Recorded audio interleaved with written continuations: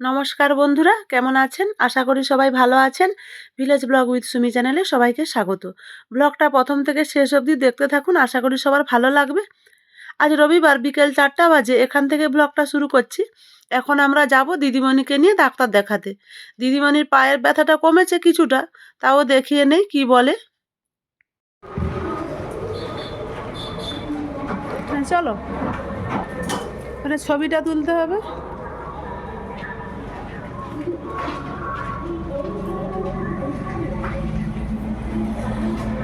নার্সিংহোমে চলে এসছি। দিদিমণি বলেছিল ছবি তুলবে না, আমি বললাম না একটা তুলে নাও। দিয়ে এই যে একটা পায়ের এক্সরে করছি। এক্সরে করে ডাক্তারবাবুকে রিপোর্টটা দেখাবো। আগে থেকে নাম লেখানো আছে। যদি মানে দিদিমণি ব্যথাটা কমেছে, কিন্তু পায়ে এখনো ভরটা দিয়ে চলতে পারছে না। বলছে পায়ে চলতে গেলে ভর দিয়ে ভিতরে যেন মনে হচ্ছে ভীষণ ব্যথা লাগছে, চিনচিন করছে। তাই ভাবলাম একটা ছবি করে নিলে ডাক্তারবাবু দেখে নেবেন, আর ভিতরে যদি কোনো কিছু অসুবিধা হয়ে থাকে বোঝা যাবে। সেই জন্যই ছবিটা তুলে নিচ্ছি। আর ছবি তুলে 5 মিনিটের মধ্যে রিপোর্টটা দিয়ে দিবেন। রিপোর্ট নিয়ে ডাক্তারবাবুর কাছে চলে এসছে। এই ডাক্তারবাবু একটু তাড়াতাড়ি বসে গেছেন। আমাদের ডাক্তার দেখানো হয়ে গেছে, এইবারে বাইরে এসে ওষুধ নেব। ডাক্তারবাবু বলেছেন ভয়ের কিছু নেই, সব ঠিক হয়ে যাবে।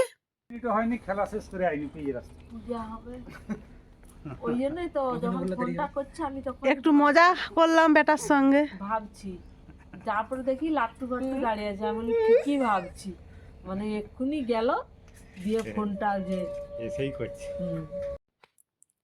ডাক্তার দেখিয়ে চলে এসেছি। ডাক্তারবাবু বলেছেন সব ঠিক হয়ে যাবে। ওই হালকা একটু বলেছে যে হালকা একটু চিড় ধরেছে, ওষুধের মাধ্যমে ঠিক হয়ে যাবে। আর এসে সন্ধ্যা দিয়ে একটু মোচা চপ ভাজবো, সেই জন্য আলু কেটে সেদ্ধ করতে বসাচ্ছি প্রেসার কুকারে। আর মোচাটা আগে থেকে কেটে রেখেছিলাম। প্রেসার কুকারে আলুটা বসিয়ে দিলাম, ও সিদ্ধ হতে থাক।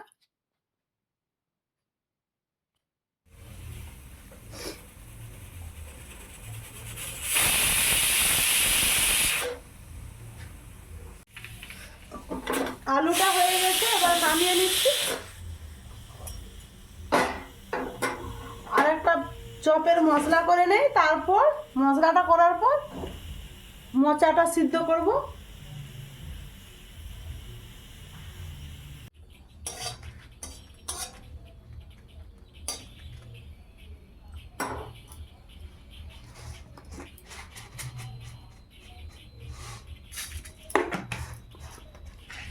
জিরা, ছোট এলাচ, লং, দারুচিনি,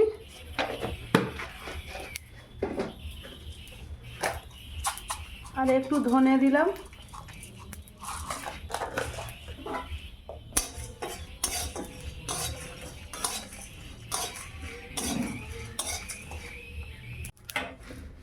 মশলাটা হয়ে গেছে।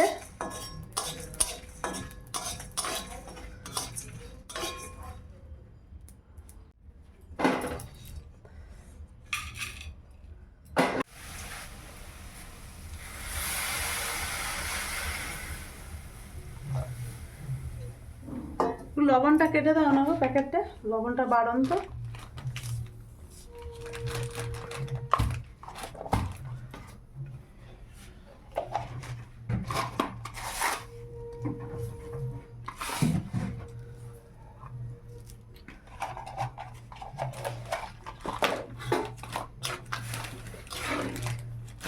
ভালো করে সেদ্ধ করে নেই।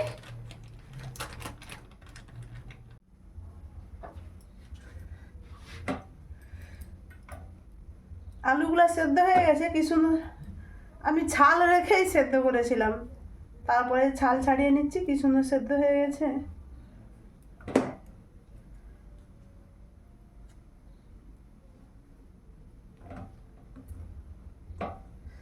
এখন প্রত্যেকটি আলুতে আঁকুর হয়ে গেছে। এইবারে তো নতুন আলু বেরাবে, আর কিছুদিন পর তো পুরাতন আলু পাওয়াই যাবে না।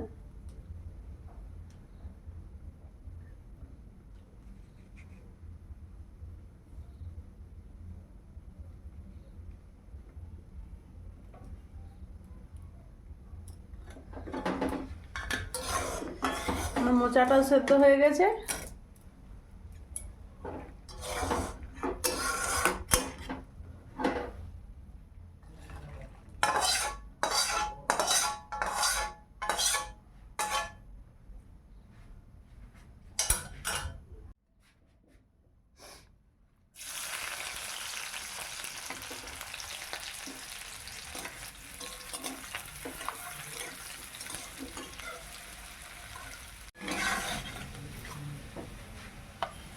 রসুন দিয়ে দিলাম,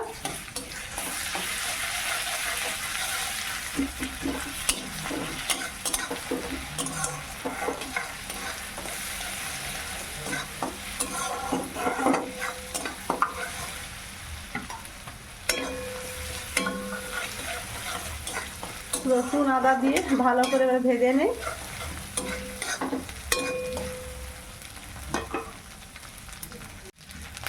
আজকে রবিবার পূর্ণিমা, আজ তো আর মাংস টাংস হয়নি, তাই এই যে মোচার চপ।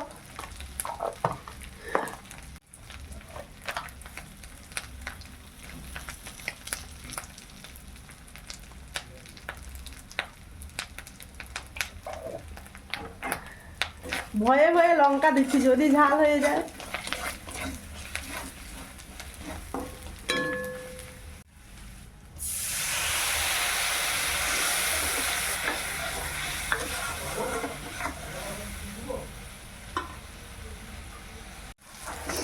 মশলাটা কি সুন্দর ভাজা হয়ে গেছে, এবারে আলুটা দিয়ে দেব।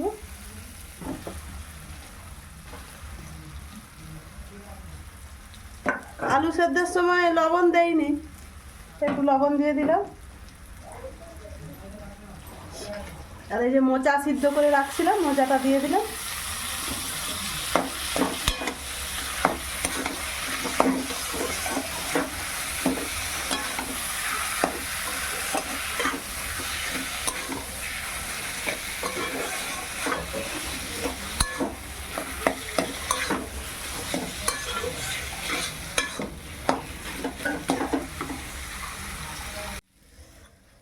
যে মশলাটা ভেজে রেখেছিলাম দিয়ে দিলাম।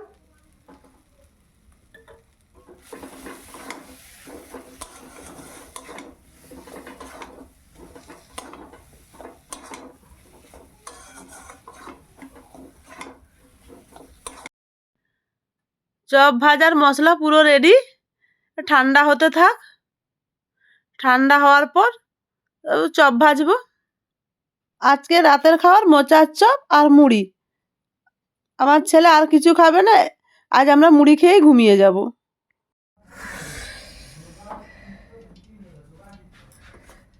চপ ভাজবো, তার জন্য আগে গোল গোল করে নেই।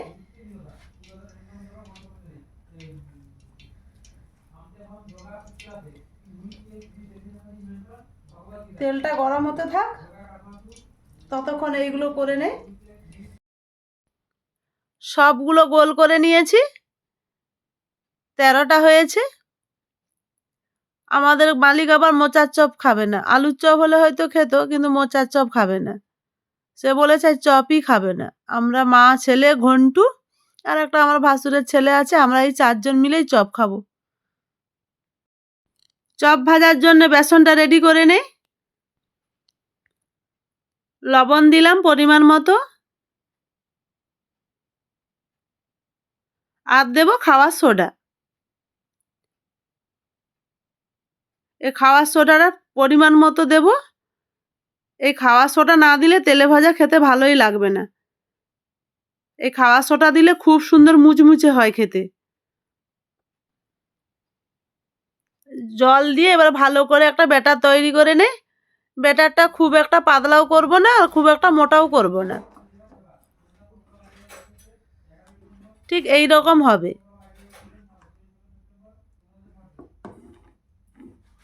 চলুন এবারে এক এক করে চপ তৈরি করে তেলে ছাড়বো। আমি হাতেই চাপ দিয়ে গোল শেপ করে নিচ্ছি। আমি দোকানে দেখেছি তাদের তো অনেক চপ ভাজতে হয়, তারা চিকের মধ্যে দিয়ে হাতে চাপ দিলেই কি সুন্দর গোল গোল হয়ে যায়, কিন্তু আমার তো অনেক কম, তাই হাতের মধ্যেই গোল শেপ করে নিচ্ছি। আপনারা এরকম একবার মোচার চপ করে দেখবেন। সবাই জানেন মোচার চপ ভাজতে, তাও আমি আমার মতো করে করছি।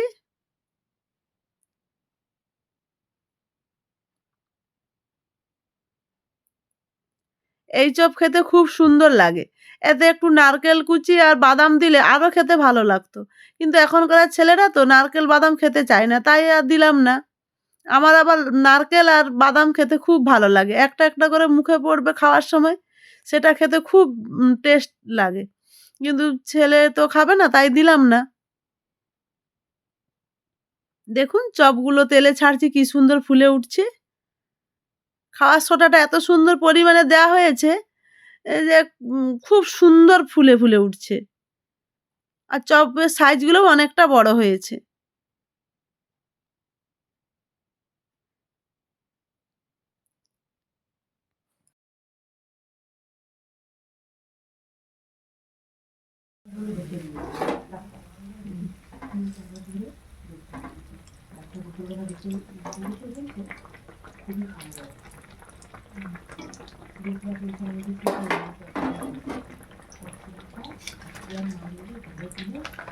আমার ঘন্টাকে দারুণ লাগছে, কি বলছে জেঠি দেয়নি, আমি তো বানাইনি, বলে তোকে ছেড়ে কি খাচ্ছি বাবা।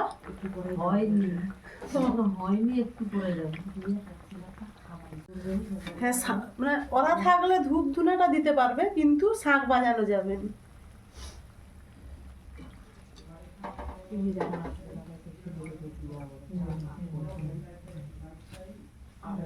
ওটা কালকে আছে, ওটা কালকে একটা ঝামেলা আছে।